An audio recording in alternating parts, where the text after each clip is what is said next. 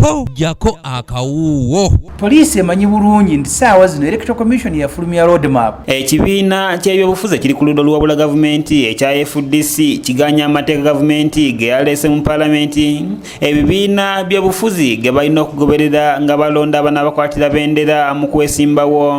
Ng'ekibiina kya FDC amateeka mu luzungu ze bayita regulations gavumenti ze yaleese mu paalamenti nti ebibiina by'obufuzi zirina okugoberera nga zironda abanazikwatira bendera mu kalulu akajja ffe nga FDC tuziganye. Bino byogeddwa omwogezi wa FDC Haji Ibrahim Semujunganda mu lukuŋŋaana lwa bannamawulire olutuuziddwa ku kitebe kyabwe ekisangibwa Najjanankumbi wano mu Kampala enkya ya leero. Gavumenti eyagala mu regulation zino ze yaleese ebibiina by'obufuzi kati tebijja kukola nga meeting. Yaleese kye bayita virtual meeting.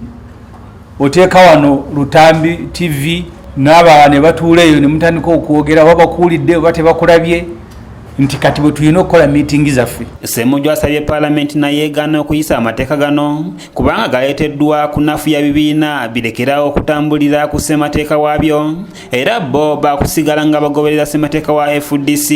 So nga FDC tugaganye tetugenda gagoberera. Twagala kusaba ne paalamenti eri mu kutunulira amateeka gano ssaawa zino egagaane kubanga ekigenderera kyago ekikulu kwe kulaba nga ebibiina birekeraawo okutambulira ku constitution zaabyo tutandike kutambulira ku mateeka gano agaleeteddwa gavumenti. Bonna alagirira ekibiina okutandika okumenya constitution yakyo nga gavumenti gw'okiyamba.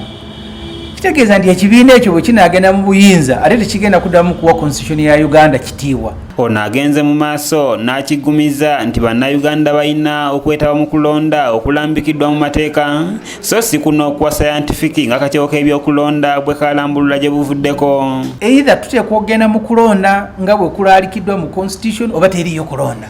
N'olwekyo tulowooza nti okuteekayo okulonda nga nnaku z'omwezi nga bwe ziri mu constitution kino kiri risike kirimu obulabe.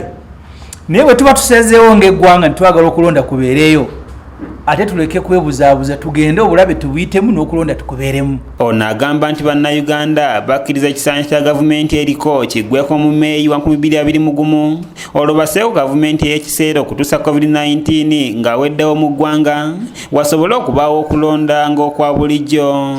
Tulowooza nti ekisanja ekya pulezidenti n'ekisanja ekya paalamenti ne local government ffenna kitumanyi obulungi nti kigenda kuggwako mu mwezi gw'okutaano omwaka ogujja tukikirize kiggweko. Mwami Museveni awummule mirembe n'abaka ba paalamenti bawummule mirembe n'abali mu local government.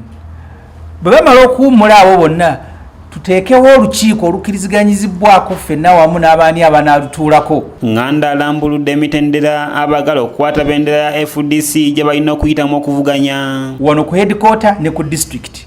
Form ayagala okukwata fulaga ya FDC ku bwamembe bwa paalamenti ne ku bwa local government. Ayagala okukwata bendera ya FDC ku bwa president oteekwa okujja okunona form 1 Najjanankumbi ku nkomerero y'omwezi guno ennaku z'omwezi nga 33.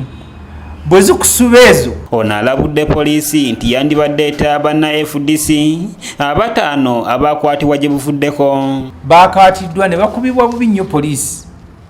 Bwe yamaze bakuba nga bali ku bisago ne basibanga kyebalanga nti esanze batuuziza meeting gye babaddemu yadde y'abantu 5 nga bagaba n'okufuna nomination forms ne party cards. Ssemujju agamba nti ekibiina kya FDC kiri mu kwogerezeganya n'ebibiina ebirala ebiri ku ludda oluvuganya gavumenti ku ky'okusimbawo omuntu omu okubakwatira bendera mu kulonda okubindabinda. Ng'okwogerezeganya kuno kulimu n'okutunuulira okulonda okujja mu mbeera mwe kuli naye n'okusunsulamu anaakwata fulaga y'opposition yonna.